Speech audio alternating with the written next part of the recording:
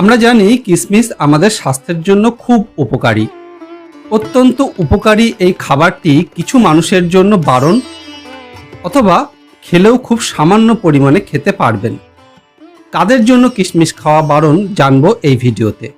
তার আগে জেনে নিই কিশমিশ খেলে কি উপকার হয়, অর্থাৎ কিশমিশে কি কি খাদ্যগুণ আছে এবং সেই খাদ্যগুণগুলো আমাদের স্বাস্থ্যের জন্য কতটা দরকারি। কিশমিশে পটাশিয়াম আছে, এই পটাশিয়াম আমাদের হার্টকে ভালো রাখে। এছাড়াও ক্যালসিয়াম আছে, বোরন আছে, যা আমাদের দাঁত এবং হাড়ের স্বাস্থ্য ভালো রাখে।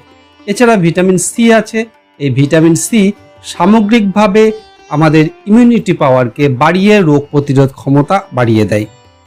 এছাড়াও প্রচুর অ্যান্টিঅক্সিডেন্ট আছে, যা আমাদের চোখকে ভালো রাখে, চুল ভালো রাখে, আমাদের ত্বকের উজ্জ্বলতা বাড়ায়।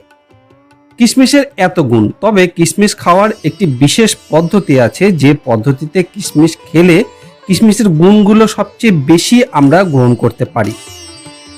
এর ঠিক আগের ভিডিওতে এই সম্বন্ধে আলোচনা করা হয়েছে, আপনারা চাইলে ভিডিওটি দেখে নিতে পারেন। এই ভিডিওর শেষে একটি লিঙ্ক অবশ্যই দিয়ে দেব। এবারে বলি কারা কিশমিশ খেতে পারবেন না, বা খেলেও খুব সাবধানে, খুব অল্প পরিমাণে খেতে হবে।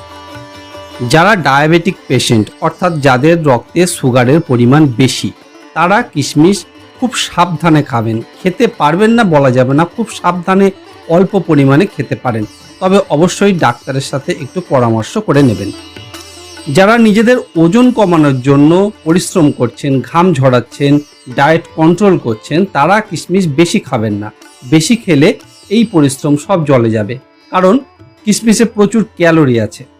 কিছু মানুষের কিশমিশে এবং আঙুরে অ্যালার্জি আছে, তারা কিশমিশ এবং আঙুর অ্যাভয়েড করবেন।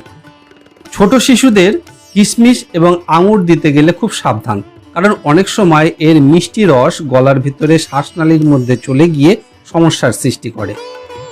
অনেকের কিশমিশ খেলে পেটের নানা রকম সমস্যা দেখা দেয়, পেট ফুলে ওঠে, গ্যাস হয়, অম্বল হয়, অনেক সময় ডায়রিয়াও দেখা দেয়। তারা খুব সাবধানে কিশমিশ খাবেন, পারলে কিশমিশ অ্যাভয়েড করবেন।